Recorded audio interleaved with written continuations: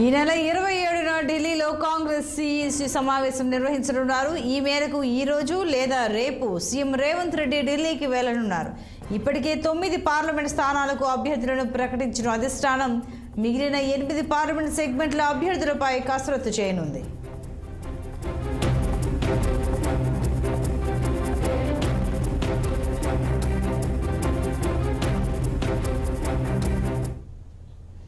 ఇక సీఎం రేవంత్ రెడ్డి ఢిల్లీ పర్యటనకు సంబంధించి ఇతరత్ర అంశాలకు సంబంధించి మరింత సమాచారం మా ప్రతినిధి శ్రీనివాస్ లైవ్లో అందిస్తారు. శ్రీనివాస్, ఇవాళ లేదా రేపు సీఎం రేవంత్ రెడ్డి ఢిల్లీ వెళ్ళనున్నారని తెలుస్తోంది. అలాగే మిగిలిన 8 పార్లమెంట్ సెగ్మెంట్లకు అభ్యర్థులను ప్రకటించడానికి ఇది తుది కసరత్తు అనుకోవచ్చా? వివరాలు ఏంటి? కాంగ్రెస్ కి సంబంధించి పార్లమెంట్ అభ్యర్థుల విషయంలో రేపు అంటే చివరిగా ఢిల్లీలో ఏదైతే Congress election committee central CEC సమావేశం అవుతుంది. రెడ్డి ఈ రోజు సాయంత్రం కానీ రేపు కానీ ఢిల్లీ వెళ్తారు. ఏదైతే ఇప్పటికే 9 పార్లమెంట్ పార్లమెంట్ స్థానాలకు సంబంధించి అభ్యర్థుల్ని కాంగ్రెస్ అధిష్టానం ప్రకటించింది. మిగతా 8 పార్లమెంట్ స్థానాలకు సంబంధించి ఒక కసరత్తు చేయడంతో పాటు దానికి సంబంధించిన అభ్యర్థుల్ని ఫైనల్ చేస్తారు. అనంతరం దీనికి సంబంధించిన అభ్యర్థులను అయితే ప్రకటించే అవకాశం ఉంది. ఇప్పటికే అంటే 2 దఫాలుగా తెలంగాణకు సంబంధించి అంటే మొదటి దఫాలో ఏదైతే 4 పార్లమెంట్ అభ్యర్థులను ప్రకటించింది, అదేవిధంగా 2వ దఫాలో ఏదైతే 5 పార్లమెంట్ అభ్యర్థులు ప్రకటించిన పరిస్థితి. ఈ నేపథ్యంలో కూడా ఈసారి ఏదైతే రిమైనింగ్ 8 పార్లమెంట్ స్థానాలకు సంబంధించి సమావేశంలో చర్చించి అంటే కసరత్తు చేయడంతో పాటు ప్రకటిస్తారని తెలుస్తుంది. ఈ నేపథ్యంలో కూడా ప్రధానంగా ఏవైతే పార్లమెంటు స్థానాలు ఏదైతే తీవ్ర పోటీ నెలకొందో ఆ పార్లమెంటు స్థానాలు తలనొప్పిగా మారిన పార్లమెంటు స్థానాలకు 8 పార్లమెంటు స్థానాలకు సంబంధించి రేపు తుది దశ సమావేశం నిర్వహించి దాంతో తెలంగాణకు సంబంధించి అభ్యర్థుల విషయంలో కొలిక్కి తీసుకురావడంతో పాటు అభ్యర్థుల కసరత్తు పూర్తి చేసి అదేవిధంగా ప్రకటించే అవకాశం ఉన్న నేపథ్యంలో రేపటి ఏదైతే ఢిల్లీ సమావేశం సిఇసి సమావేశం మాత్రం కీలకంగా మారిందని చెప్పొచ్చు అభ్యర్థుల విషయంలో.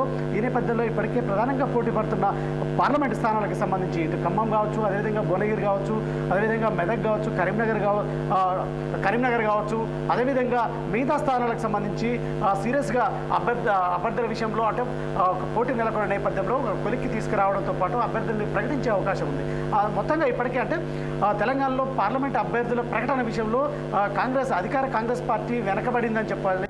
ఇప్పటికే బీజేపీ కూడా అంటే ఏదైతే పార్లమెంట్ అభ్యర్థుల్ని దాదాపుగా ప్రకటించింది, అదేవిధంగా బీఆర్ఎస్ కూడా ఇప్పటికే 16 మంది పార్లమెంటు అభ్యర్థులను ప్రకటించిన నేపథ్యంలో కేవలం కాంగ్రెస్ పార్టీ కేవలం 9 మంది అభ్యర్థులు మాత్రమే ప్రకటించింది. మిగతా 8 పార్లమెంట్ స్థానాలకు సంబంధించి మాత్రం అభ్యర్థులను ప్రకటించాల్సిన అవసరం ఉంది. ప్రధానంగా ఏదైతే ఆ పార్లమెంట్ స్థానాల్లో నెలకొన్న పోటీ కావచ్చు, అదేవిధంగా బీఆర్ఎస్ పార్టీ నుంచి వలస వచ్చిన నేతల్ని అంటే కాంగ్రెస్ పార్టీలో చేర్చుకున్న వ్యక్తులకు కూడా టికెట్ కేటాయించడంతో కాంగ్రెస్ సీనియర్ నేతలు మాత్రం మండిపడుతున్నారు. మొదటి నుంచి కష్టపడి పనిచేసిన వ్యక్తుల్ని పక్కన పెట్టి ఓన్లీ కేవలం పార్టీ మారి వచ్చిన వ్యక్తులకు టికెట్లు ఇస్తున్నారంటూ కూడా ఇటు సీనియర్లు కూడా ఏదైతే సీరియస్గా మాట్లాడుతున్న పరిస్థితి, ఏదైతే ఇప్పటికే వాణిని వినిపిస్తున్న పరిస్థితి అధిష్టానానికి. ఈ నేపథ్యంలో కూడా ఈ అంశాలను కూడా పరిగణించే అవకాశం ఉంది. మొత్తంగా ఈసారి ఏదైతే అంటే మెజార్టీగా పార్లమెంట్ స్థానాలు గెలిపే లక్ష్యంగా కాంగ్రెస్ పార్టీ ముందడుగు వేస్తున్న నేపథ్యంలో కూడా పార్లమెంట్ అభ్యర్థుల విషయంలో మాత్రం ఆచితూచిగా వ్యవహరిస్తుందని చెప్పొచ్చు. ఈ నేపథ్యంలో కూడా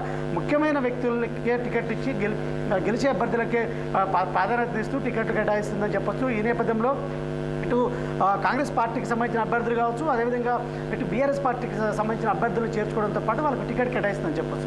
ఈ రకంగానే చూడొచ్చు. మనం చేవేలకు సంబంధించి ఎంపీ రంజిత్ రెడ్డిని పార్టీలోకి చేర్చుకుని అక్కడ టికెట్ ఇచ్చింది. అదేవిధంగా సునీత మహేందర్ రెడ్డికి సంబంధించి పార్టీలో చేర్చుకొని ఇటు మల్కాజ్గిరి టికెట్ కేటాయించింది. అదేవిధంగా ఇటు ఏదైతే ఖైరతాబాద్ ఎమ్మెల్యే దానం నాగేందర్ కూడా పార్టీలో చేర్చుకొని సికింద్రాబాద్ టికెట్ కేటాయించింది. ఈ నేపథ్యంలో కూడా మరికొంతమంది ముఖ్య నేతలు కూడా బీఆర్ఎస్కి సంబంధించిన నేతలు కాంగ్రెస్లో చేరతారని ప్రచారం జరుగుతున్న నేపథ్యంలో మరి ఈ రోజు రేపట్లోగా అంటే అభ్యర్థులు మారుస్తారా, లేకపోతే ఎవరు ముఖ్య నేతల్ని కాంగ్రెస్ పార్టీకి సంబంధించిన వ్యక్తుల్ని చేర్చుకుంటారా, లేకపోతే ఏదైతే ఇప్పటికే కాంగ్రెస్లో టచ్లో ఉన్న నేతల్ని చేర్చుకొని కొన్ని కీలకమైన అంటే బలమైన కాంగ్రెస్ పార్టీ వీక్గా ఉన్న స్థానాల్లో వాళ్ళ పేర్లు ప్రకటిస్తారనేది కూడా తెలియాల్సిన అవసరం ఉంది. ఈ నేపథ్యంలో కూడా రేపు దాదాపుగా సిఇసి సమావేశం మాత్రం ఏదో కీలకంగా మారనుందని చెప్పొచ్చు.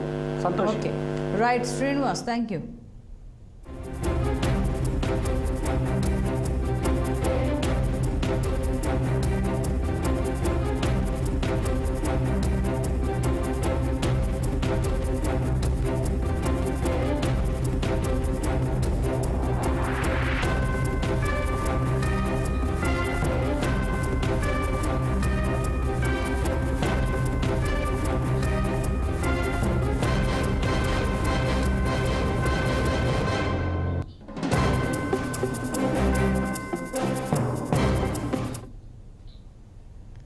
ఫేస్బుక్ పరిచయంతో సైబర్ మోసగాలు